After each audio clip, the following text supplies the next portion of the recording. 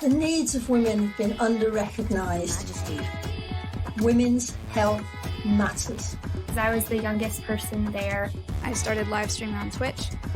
Wherever I am in my journey, it is exactly where I'm supposed to be. These women are changing the world.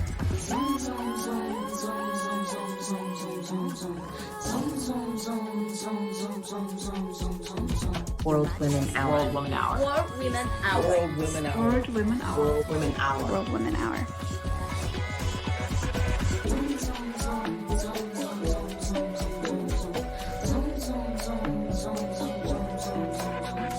Your Majesty.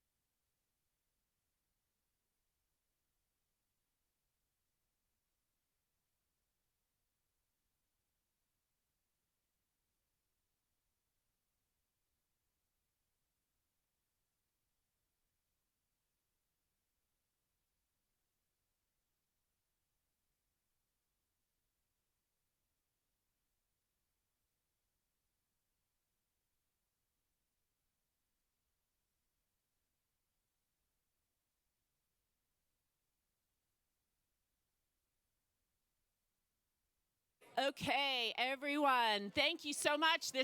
I love the fact that everyone is chatting and sharing LinkedIns and connecting. But we're going to get started for our next panel. So if I could, hope I'm not screaming. I apologize. Thank you.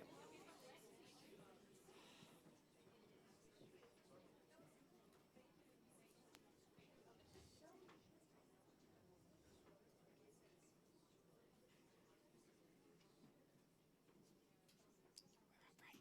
Isn't this us now? Yes. Geraldine? Oh, are we ready to go?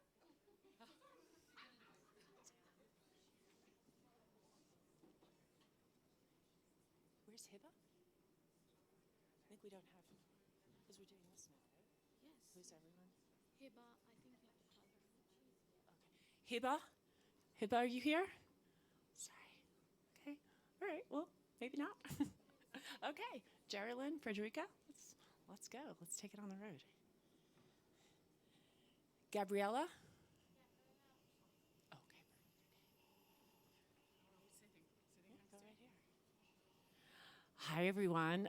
So yes, you're going to be hearing a lot from me. My voice is going to be because I have the pleasure of moderating a few of the panels today. But I'm really delighted for this one, Global Cooperation and Equality Moonshot, and we have two phenomenal women here to talk about their work, to talk about how we're going to achieve greater cooperation and the Equality Moonshot.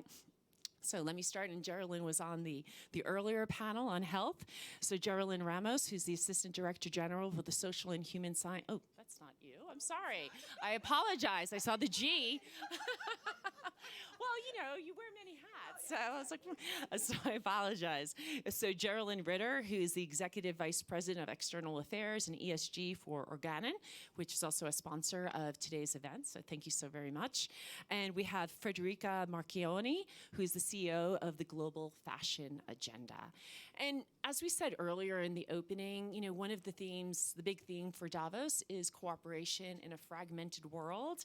So what we're going to be doing for the next half an hour, and then I also want to make sure that we get questions from the audience, is to talk about how do we achieve that global cooperation, and what in your respective areas are you seeing those opportunities, those pathways for greater cooperation. And I think that it's oftentimes we don't sort of take the time to sort of think about, how we can, make those really deeper connections. So really delighted to have both of you here today. So let's get started with sort of how is in your respective areas of work, where are you seeing sort of the best opportunities for global cooperation and this idea of, creating a sustainable future of the planet for women and girls worldwide? So Frederica, would you like to start? Here, I get this. Thank you. Sorry. Actually, we'll share this. Okay, because, she will speak the most, she said. No, I hope. I don't want to speak the most. I want to hear most from you too. So first of all, thank you for having me here. Good morning, everyone. And for the ones that are the first time in Davos, welcome to Davos as well. I think that we are doing, first of all, what we're doing now, the cooperation. It starts with each and every one of us. So first of all, it's human, it's you. And I will congratulate Rupa Dash for having putting this together. Her daughter, who is just a fantastic example on how we can pass the baton to the new generation. She just gave me a card. And she said, it takes courage. So it takes courage to make sure that we start this collaboration. Now, this is something that we need to back. So what do we do? Let me tell you a little bit of Global Fashion Agenda and how we're trying to walk the talk of being center of human and be courageous. So Global Fashion Agenda is an organization that is on a mission of transforming the entire fashion industry in sustainable. We work with great leaders that are our strategic partners, among which Nike, Kering, Ralph Lauren, so the best of the companies that are on a leadership journey for the sustainability journey. And we do convene, like we're doing here at Davos, mainly in Copenhagen. But last year we did it also a summit in Singapore. And I'll tell you later why this is important, because it's a collaboration. So we walk in the talk to bring together not only the brands that are based mainly on the West, but the manufacturers that are based in the global South. So that's why we went to Singapore to convene the Asian part. And what we are doing is educating first, because at the beginning sustainability was not even in the agenda. And so we put sustainability into the agenda of CEO. We also created a fashion CEO agenda. And now we're putting fashion in the bigger convening moments, like, for example, this one, like, for example, COP, where we need to discuss how to transition to a just, sustainable fashion industry.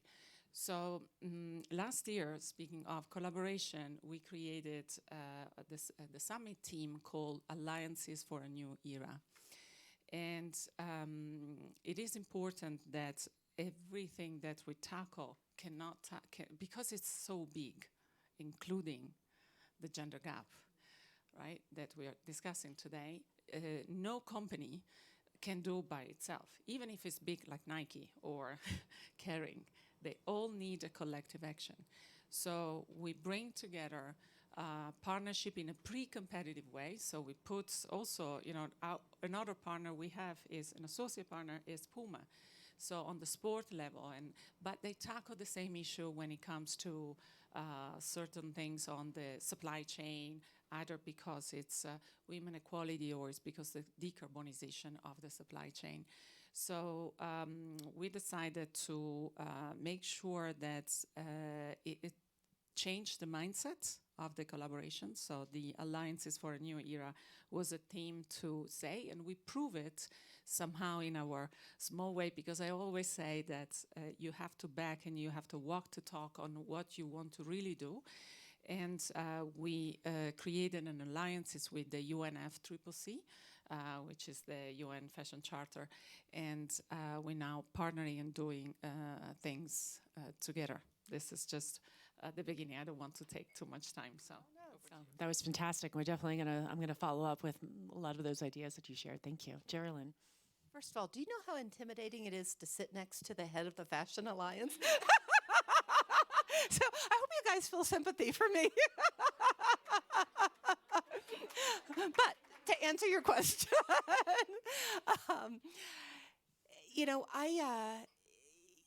everybody understands the importance of collaboration, of partnership. I think as you think about the objective, there's opportunity to be really deliberate about the kinds of partnerships and of course to be very choiceful about your partners and about the governance of those partnerships, which always takes way more energy and effort than I think you might think going into it. But in our area, some of the biggest contributions that we can make are around access to our products, around education on sexual and reproductive health, around innovation and working with innovators and startups with great ideas in women's health, and around advocacy, because not a whole lot of people want to hear from, the pharmaceutical industry on Capitol Hill, right? So we need many voices raising, the issues around unmet patient needs.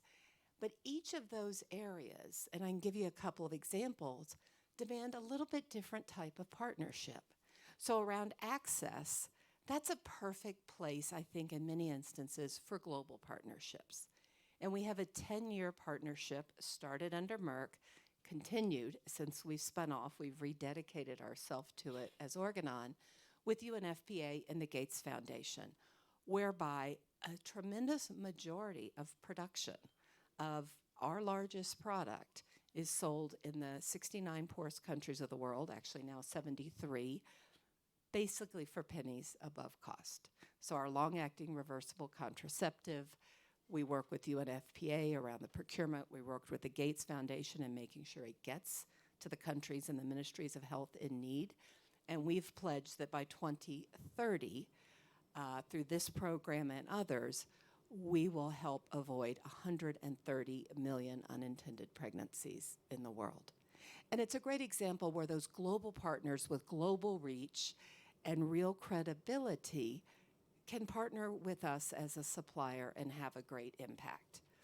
But then you go to education, and we all know that half almost of the pregnancies in the world are unintended. But did you know that 40% of those happen among women that are using contraception? They didn't want to get pregnant. They were trying to protect themselves, but the contraceptive failed or they weren't using it correctly. 40%, that's huge. That says there's a big gap in education around the efficacy of different kinds of contraceptives and around how to use it properly. And when you think about that, yes, there's some scope for global collaboration, but these issues are so culturally and socially sensitive. One type of contraception may be very appropriate, as we heard earlier on the panel, for a woman who needs to make sure her husband is not aware that she is using it. Another kind may be very appropriate in a different sort of context. So that local understanding, those local cultural nuances, those kinds of partnerships I think are best suited for education. Advocacy is a different kettle of fish. In innovation, we're trying to partner with a lot of startups with great ideas or products that have made it through phase 1, but they don't have the bandwidth to run a phase 3 clinical trial or to bring a product to market globally.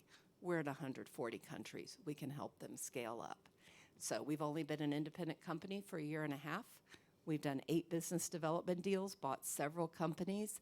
We've sponsored femtech accelerator programs in the Middle East and in other areas. Again, those are a whole different kind of partnership, but partnerships around innovation. And my last point is that if you want to be a good partner, you got to walk the talk. We cannot walk in and say, good news, we're a women's health company, and you really should partner with us. We had a great opportunity to put together our board from scratch, right? Not one director at a time, like happens with most longstanding boards. We had to put the entire board together at the same time. We didn't plan a specific number of women and men, but we've got almost 70% women on our board, and we are the most gender diverse board in the S&P 500. So you got to talk that. Yeah, that's excellent. Thank you. And these women are awesome. They were not hired because they were women. They were hired because they were awesome. But we also looked at our policies. We removed the cap on our fertility benefits. We said, wait a minute, that doesn't make sense. So remove that cap. We took a look and realized that our bereavement benefit said nothing about miscarriage. Technically, under our policies, a woman that suffers a miscarriage, and we all know how much stigma, back at work the next day, thank you, you're fine now, right? No. So we changed that policy. We gave everyone a day off on International Women's Day. We said, go do something for your health. Take that day, man, woman, go do something that makes you feel healthier. So, we really want our employees to believe, we want our partners to understand that this is part of who we are, and we're taking it seriously, and we're going to be a good partner to you. Fantastic. Wow. It's super impressive. It's inspiring. It's sort of, you speak to the intentionality about the decisions that you're making, how you're approaching partnerships, who you partner with, how you walk the talk. So I think there's so many lessons there for all of us to learn. So thank you. So Frederica, one of the big themes, and I work in the energy and sustainability space, in the few days that I've been here at Davos, I've heard the term sustainability used, I can't even count how many times.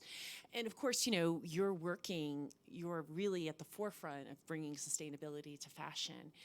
And given the complexity of the fashion supply chain, you know, what are you learning about how do you bring sustainability across the full spectrum from the point A to point Z, and do it in a, you know, kind of a holistic, really sort of thoughtful way? First of all, she's wonderful and a fashion. I really do. I feel so like privileged to be here right now. And if you want to, like, they are both native English speaker. I'm not, so if you know. So, well, on the, let me give you some data on that to also relate to what she was mentioning before. Number one, 3/4, 75% nearly, of the entire value chain for fashion is made by women. We represent in the garment factories the majority, and we also represent the majority in the spending part. So number one, there is this point. And speaking about gender gap on the equality wage gap, based on a study made by ILO, and there are many international labor organizations, and there are many organizations that are focusing on this social part, and the women, of course, are front center. There is a gender gap of nearly 20% in the Asian and all the South, where I was saying most of the garments are made. And if you go in countries like India or Pakistan, this gender gap is 50%. So which is huge. So why is that? You know, the women have a lot of discriminations that can be, you know, on the pay, or so the wage, or can be on the hiring, or can be on the uplifting, so on the training program, on the so there are many issues to tackle, and that's why we were saying collaboration is key, because what we're trying to do as a global fashion agenda, when we convene brands and companies, is we have different priorities, and some are related to climate. So we have 5. 2 are related to climate. 2 are related to social, and in the middle we have circular economy. So we are not an organization that only takes care of the climate, which is the easier part, right? If you see on the agenda of Davos, climate is mentioned over 100 times, and apparently ESG disappeared as a word. So, you know, and of course we need to define how you assess and how, but what we're trying to mobilize and do with all these companies to making sure that when they choose their suppliers, so brands that are based in the US or in Europe, they choose suppliers who respect certain priorities and assess their team. So for example, for us is respectful work environments and better wage system. And so we make sure that those brands are the ones that ask supplier to disclose data points on the pay, on the gender gap, on the equality, on the inclusion, on the diversity. And so we push them to make sure that they choose those kind of suppliers versus others. So that is a competitive point, and this is part of being sustainable as a brand. Okay, not only choosing the right fabric or and trying to make a process that is decarbonized as much as possible, but is also correctly made and not sold under cost, as also happens, I'm hearing, from the health case. Fantastic, thank you. No, it's quite tremendous, and I think it's very interesting in terms of thinking about, you know, what's motivating brands to sort of do better. You know, I think of, you mentioned Nike earlier. You know, Nike, you know, had a period, I think it was in the early 2000s, where you know, the consumers found out that they were using underage labor, they were using child labor, and that was a kind of a reckoning for the company to say, hey, wait a second, we have to look at human rights, we have to look at our full supply chain. But today, I think we see Nike as a very different company. Part of it came out of that crisis, and I think it's quite, you know, seeing this sort of shift, this kind of like wave shift that is happening across fashion in terms of thinking about the social, thinking about the climate, thinking about the, you know, the full range of the environmental, the social, and the governance issues, I think is very interesting to see. So I'd like to, a question. Yeah, please. I'm so sorry to interrupt. What roughly, like, how many brands or what percentage of major fashion names participate in these standards or participate in the programs that you've mentioned?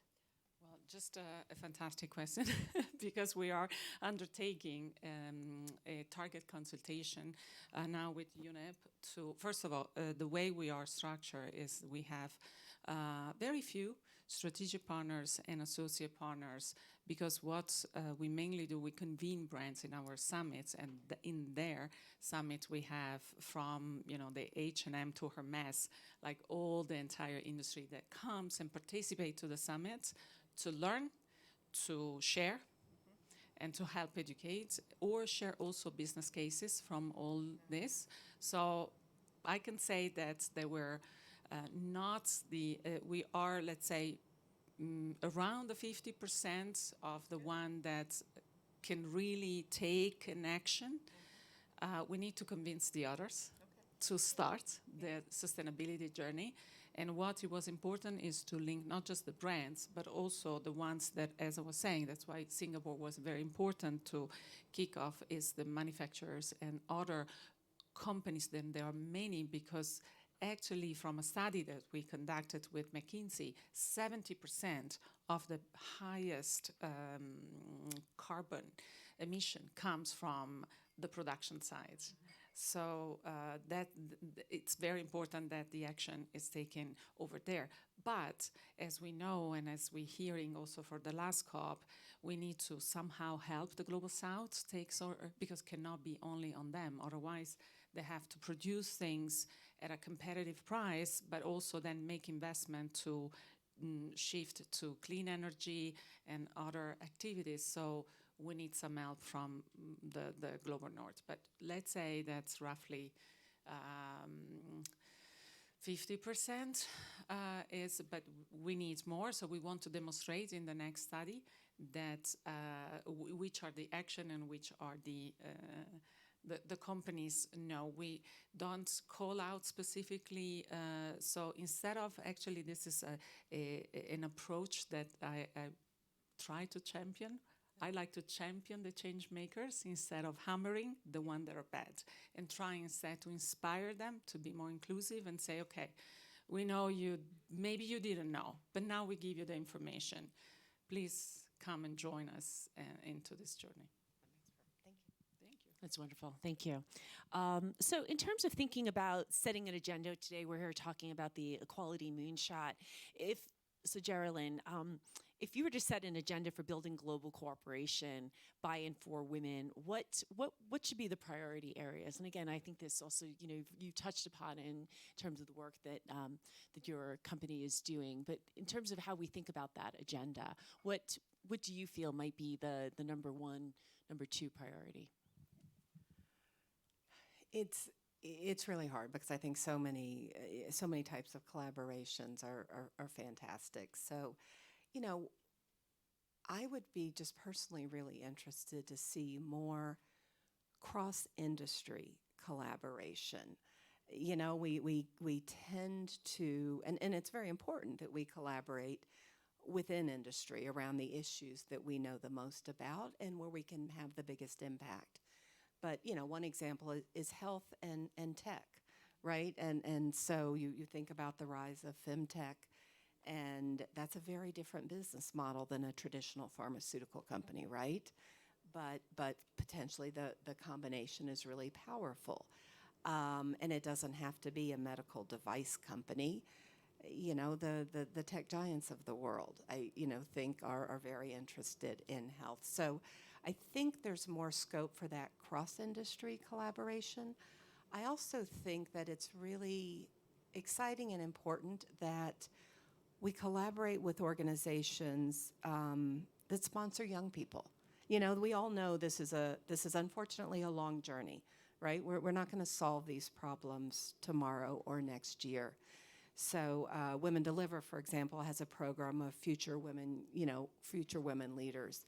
And we were excited to sponsor that and to offer mentorship opportunities for young women around the world interested in business, interested in health.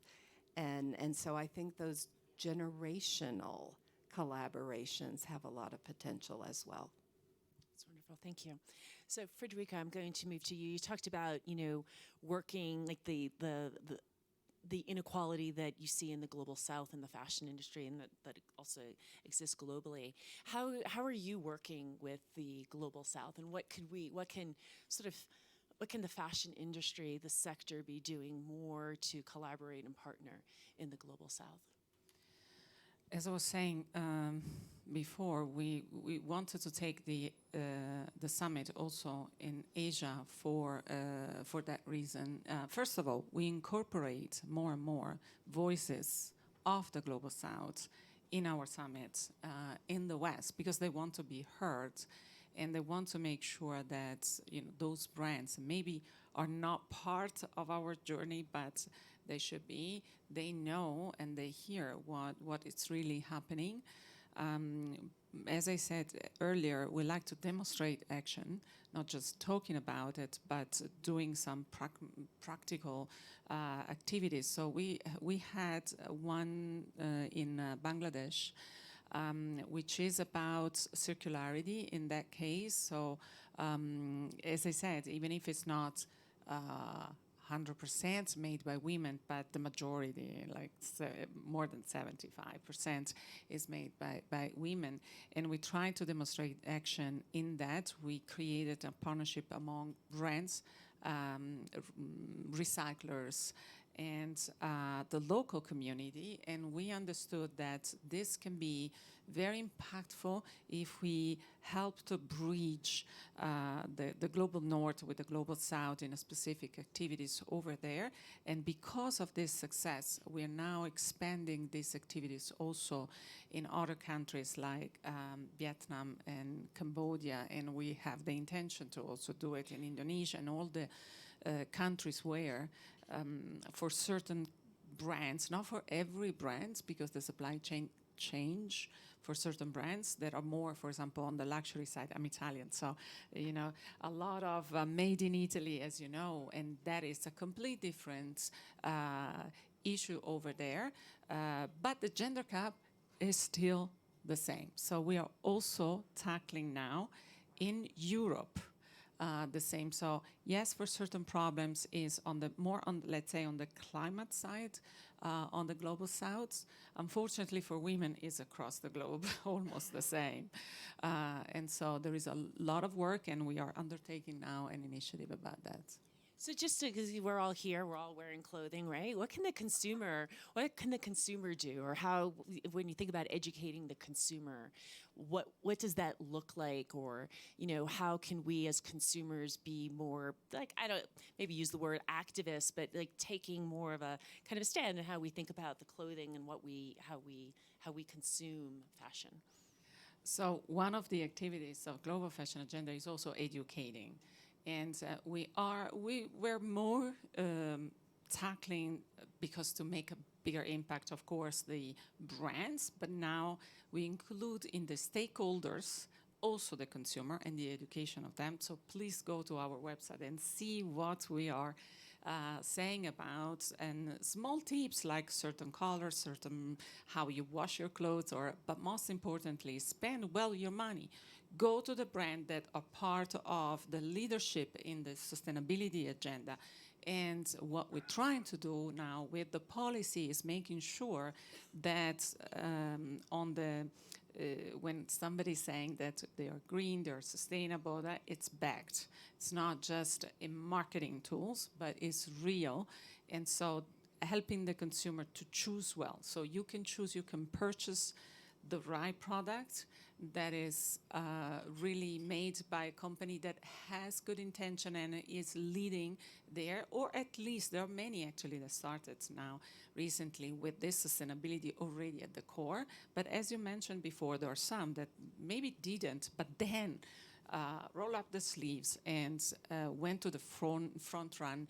And these are the companies that needs to be championed. That's what consumer can do. Actually, consumer can make a huge difference, but of course, waiting for them to make that transition is longer than making sure that those companies, so that's why we actually exist and we try, but we're not by ourselves. As I was saying about the collaboration, there are other organizations like ours that are based either in Europe or in the US, and what we're trying to do is also collaborating with them to go to the same direction and help both brands and consumers to spend better.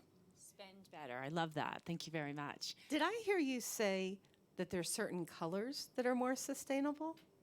You said you consider your color choices. I'm just totally curious. I had never heard that before. The use of, for creating certain colors, so the natural colors are actually less in the need of water. So, Which colors? well, Education. I know, I want to know. I don't want to color on the spouts, but the black is actually not good. But the white is much better. So you're 50%. So are you, my friend. Gray is different, but yes. And most importantly, also buy something that lasts.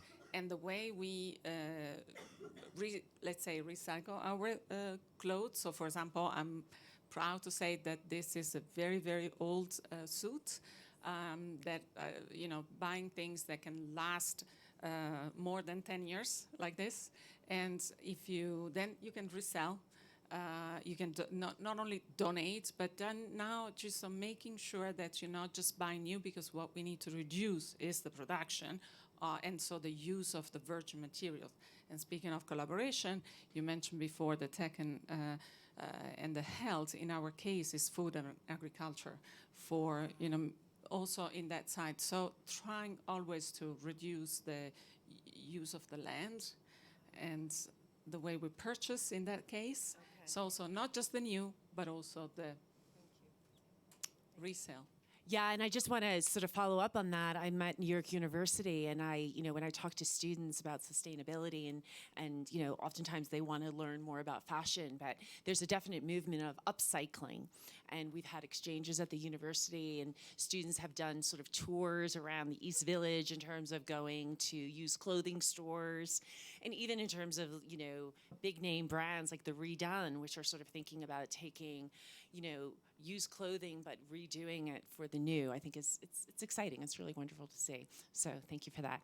So Geraldine, it sounds like you've just achieved so much in the year and a half that Organon has been in operation.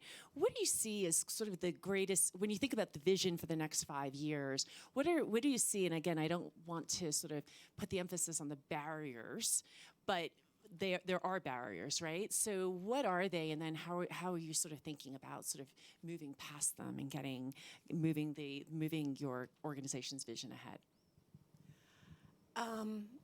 I think one of the biggest challenges is balancing the short and the long term, and that's common to any business, but especially a new one that requires a tremendous investment in R&D for its longevity. And investors aren't super patient people. And, we will have an investor say to us with a very straight face that they're in it for the long run, and what that means for them is 18 months. Well, the average clinical trial takes much longer than 18 months. So, we want to, and we are investing in early stage compounds around and this is all public, non-hormonal contraceptives. Big need out there, and no real efficacious products on the market. You know, a very early product that we bought in development to help halt preterm labor. Again, not much out there right now, but it is going to be a long road, and those are very sensitive studies to do. But, of course, you've got to grow, and you've got to grow every quarter if you possibly can. So, you know, making sure we get our capital allocation right in terms of investing, you know, for now, for the medium term, and also for those long-term health challenges where we want to be part of the solution.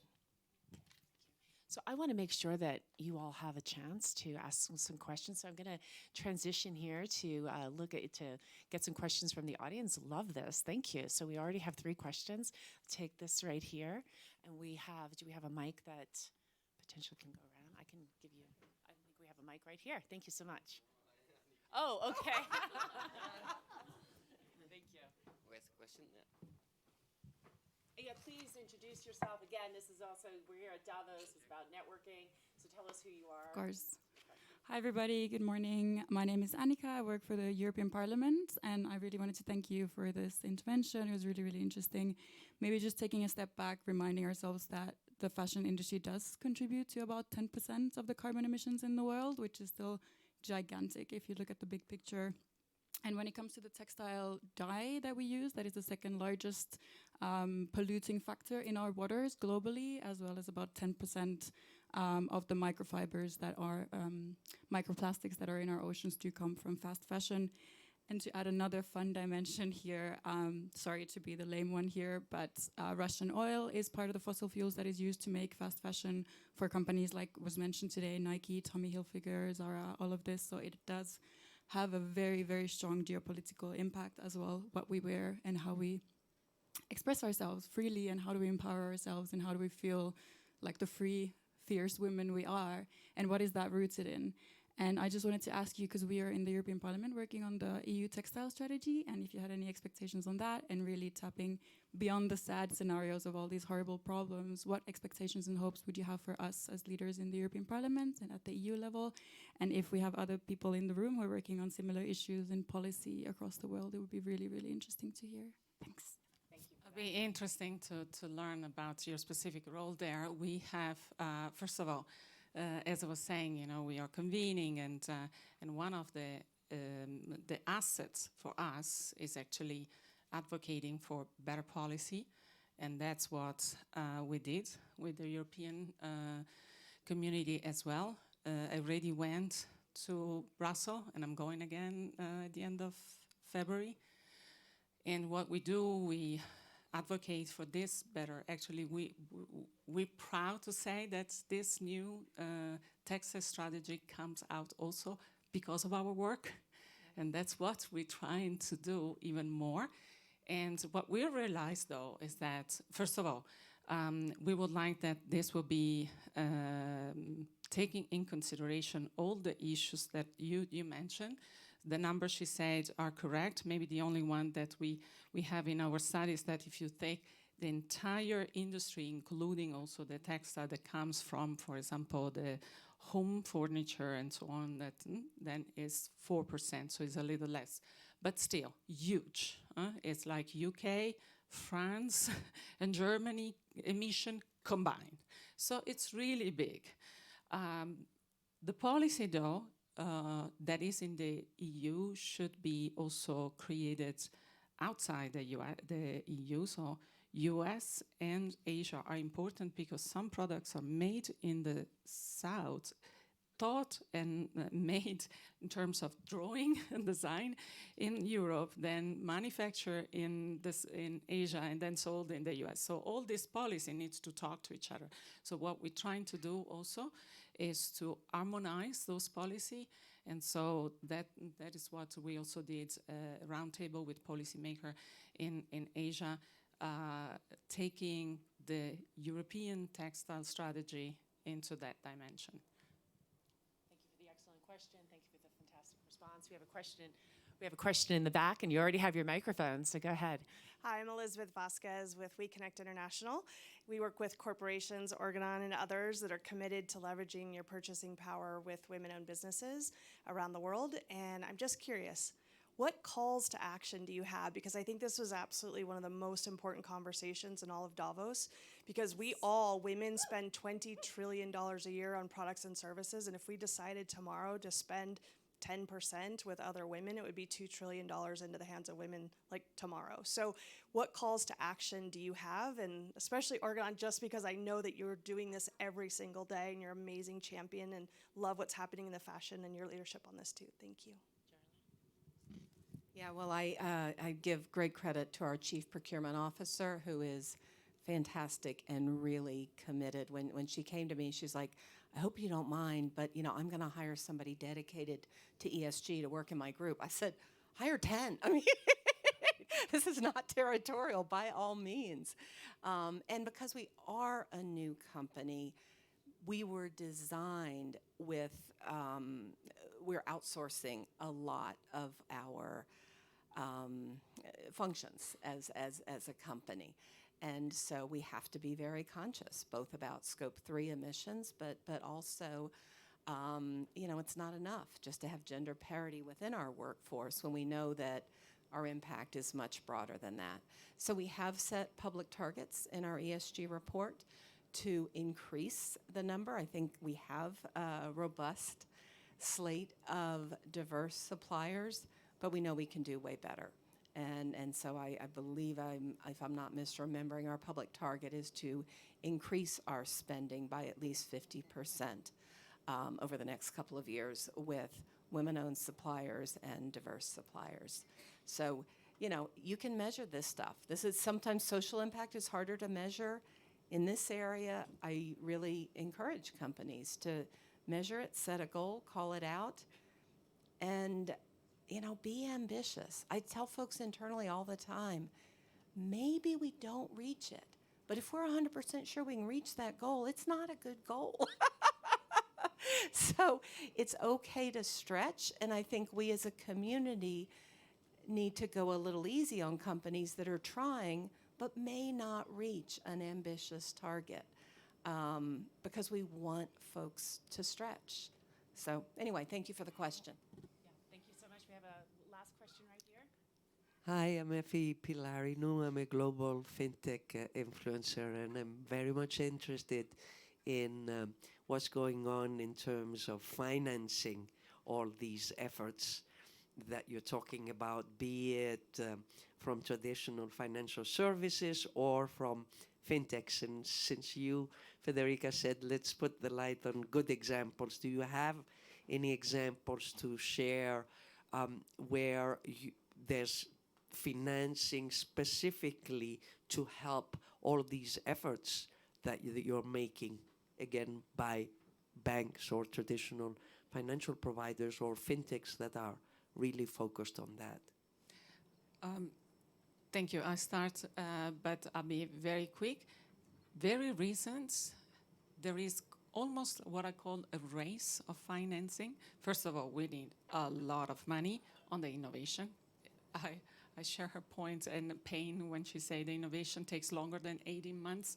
So to create innovation in either have a new fabric that is not polluting or new way to produce that is less polluting. Most importantly now, the focus is very much on the renewable energy, because so the manufacturer, what I told you that the biggest carbon emission is coming from that process. So there are now many renewable energy funds that are creating at the moment. So we would like to champion them that are trying to help on the global south this transition to clean energy to then have less pollution over there. And on the call to action, if I may say, just the final words is having more women in very important negotiation tables, in particular for our case, would be COP, for example. If you see on the negotiation, the representation of women, according to BBC, is less than 35%, And it's time to change that. So that's my call to action. I couldn't have said it better. Thank you. Excellent. Thank you so much. We are almost out of time, but before I let Frederica and Geraldine leave the stage, what would you like to sort of a final takeaway? So the theme of today is the global equality moonshot. So do you have a final like one big idea for the global equality moonshot?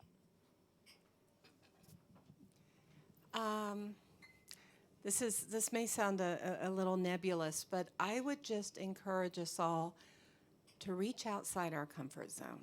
You know, I might not be comfortable strapping myself to a rocket and going to the moon, but there are a lot of fantastic partnerships and collaborations out there. Let's not just rely on the tried and true. They're doing great work, but we need more. We need new ones. We need, unlikely bedfellows.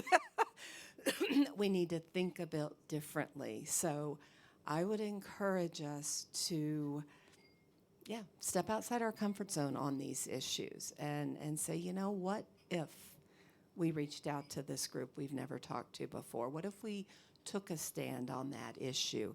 Small steps are okay. That's how we start the journey. I echo that completely. And if I can add one more thing is to work also with your competitors, somebody that you think completely different than you, which may be true, but then find the common ground, which is for us, the moonshot of the woman equality, to get there. So just don't be afraid to, go out of the comfort zone and so bring along another ally. We are in a new era, so let's bring also competitors and others into this conversation. Well, thank you so much. I'm so grateful to Geraldine and Frederica. You've both just it's been a fantastic conversation. Thank you to our beautiful audience. And let's take these ideas and put them into action. So really delighted. Thank you. Thank you very much.